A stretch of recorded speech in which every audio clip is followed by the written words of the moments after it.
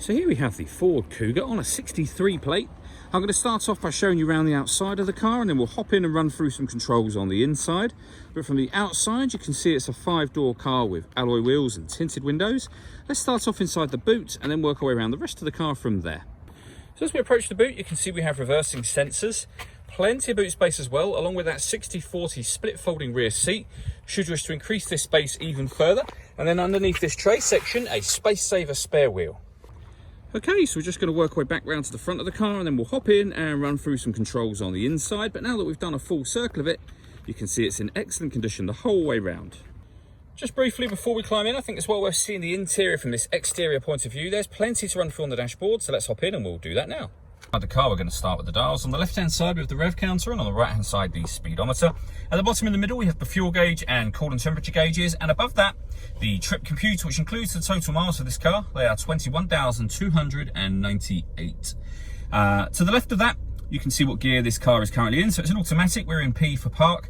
And above that, we have a digital readout for the speedometer. You can change the information that's displayed there by using buttons on the steering wheel for various bits of trip computer information. And you can leave it set on any of those should you wish to, or obviously the digital readout there.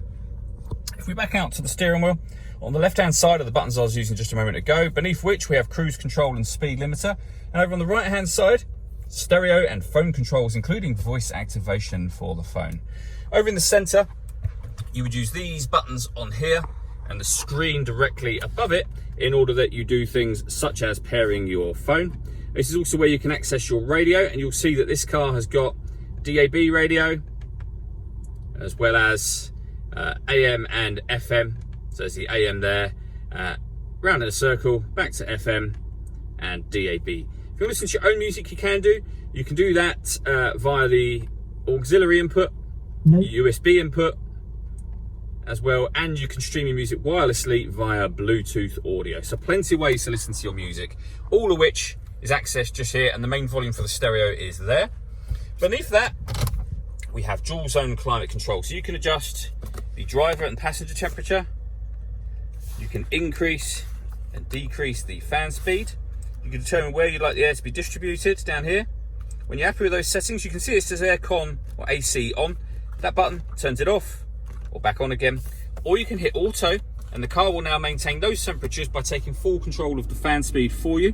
You can override that by readjusting the fans at any point in time you wish to, and you'll see auto has now gone off, and you can put it back on whatever setting you had it on. We have a rear heated screen and a proper heated front screen as well. We then have the gear lever for the fully automatic gearbox. The buttons on the side of it just here are so that you can change up and down a gear manually should you wish to.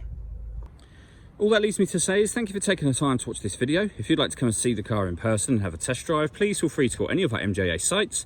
We'd love to hear from you soon.